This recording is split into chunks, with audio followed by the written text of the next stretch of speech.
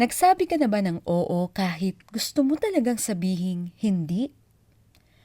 Marami sa atin ang lumaki sa paniniwala na ang pagtanggi ay kawalan ng pakikisama. Na ang pagiging mabuting tao ay nangangahulugang dapat ay available ka para sa lahat. Ngunit may kapalit pala ang ganitong klaseng buhay. Kapalit na ikaw rin ang magbabayad. Ayon sa mga psychologist, ang boundary ay hindi pader. Hindi ito para itaboy ang ibang tao. Ang boundaries ay healthy limits na tumutulong upang maprotektahan ang ating oras, energy at emotional health. Mahalaga ang pagsiset ng boundaries upang maiwasan ang burnout, resentment at emotional exhaustion. Ngunit, paano nga ba ito gawin? Obserbahan kung ano ang madalas mong ika-stress o ikapagod. Know your triggers.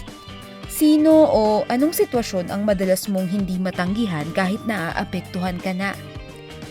Kapag alam mo kung saan ka madalas ma-overwhelm, mas madali mong malalaman kung saan ka dapat maglagay ng limit. Gamitin ang I statements.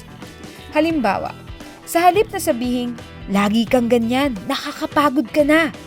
Ang pwedeng sabihin ay, stress ang nararamdaman ko kapag ganito ang nangyayari. Sinasabi ng research na ang ganitong paraan ng pakikipag-usap ay nagdudulot ng mas malaking tiyansa ng pagkakaayos. Maging malinaw pero direkta. Hindi mo kailangang mag-explain ng mahaba o humingi ng tawad sa pagkakaroon ng boundary. Ang isang simple at kalmadong, hindi ko kaya ngayon, o may mga kailangan akong unahin ay sapat na. Ayon sa mga eksperto, mas nirerespeto ang mga boundary na sinabi ng walang paligoy-ligoy. Tandaan, ang healthy boundary ay hindi pakikipag-away. Ito ay malinaw na komunikasyon.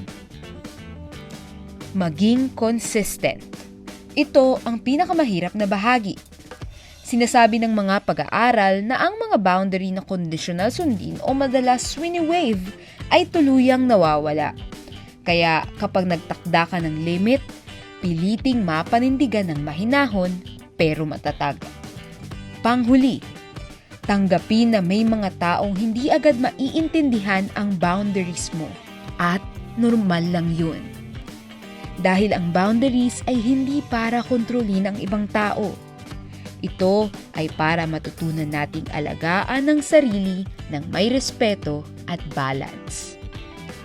Kung magalit man sila o hindi ka maintindihan, idalangin sa Diyos ang dagdag na tatag, pangunawa at lakas upang magpatawad.